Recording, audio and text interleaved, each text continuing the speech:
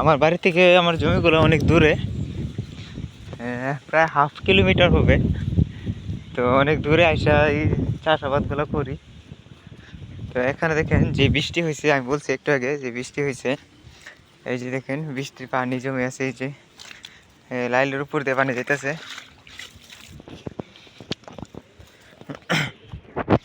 এই জমিটাতে পানি দিয়ে রাখছি কচু চাষ করার জন্য। পানি দিয়ে তারপরে সার গোবর সব কিছু দিয়ে রাখছি, যে ট্রাক্টর এনে চাষ দিয়ে কচু লাগানোর জন্য মূলত এটা প্রস্তুত করা হয়েছে।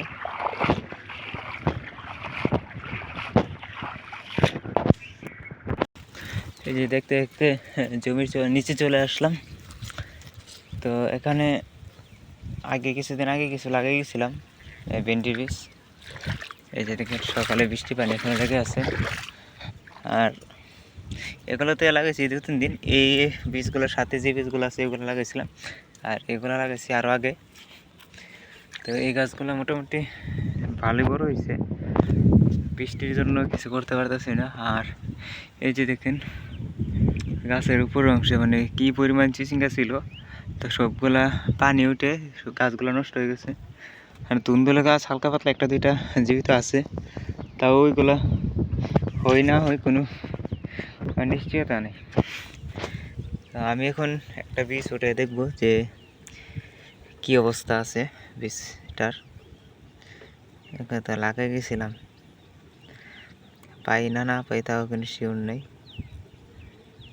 এই যে পাওয়া গেছে, আল্লাহ, এটা তো এখনো কিছুই হয় নাই। আমার মনে হয় বৃষ্টির কারণে বীজটা নষ্ট হয়ে গেছে। এই ঠিক তাই, দেখছেন বীজটা পচে গেছে।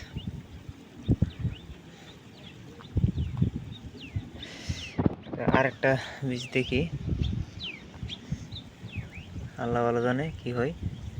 আসলে যদি নাও পচে তারপরও আপনার বীজটা নষ্ট হয়ে যাবে, হাত লাগলে। এই যে পাইছি বীজ, ইয়া আল্লাহ, এটাও পচে গেছে। তাইলে 2টা তুললাম, 2টাই পচা পাইলাম। এটা দেখি, আসলে বৃষ্টির কারণে দেখেন মাটি একদম কাদা কাদা অবস্থা।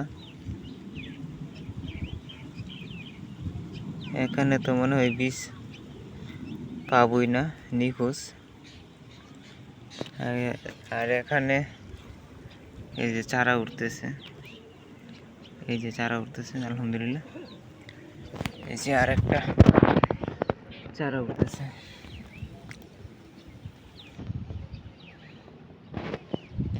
তো যে অবস্থা বুঝলাম অনেক বীজ নষ্ট হবে পছন্দ লেগে।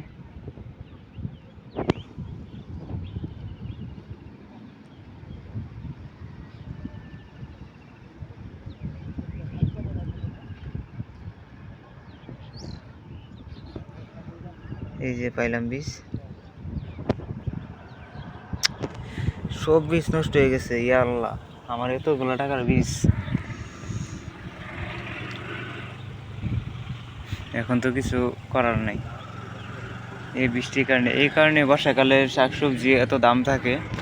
দেখেন আগের বীজগুলো লাগাইছিলাম, মাশাআল্লাহ সবগুলা সঠিকভাবে উঠছে, কিন্তু এই বীজগুলো অধিকাংশ বীজ নষ্ট হয়ে গেছে।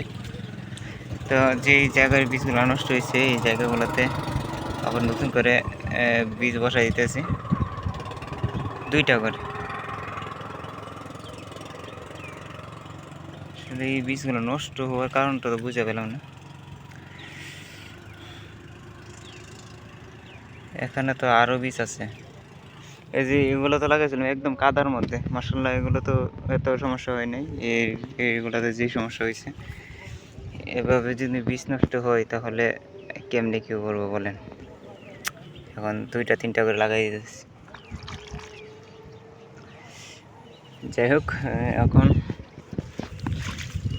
যে ঘাসওয়ালা বেডগুলো আছে এগুলো পরিষ্কার করবো, তারপরে লাগাবো।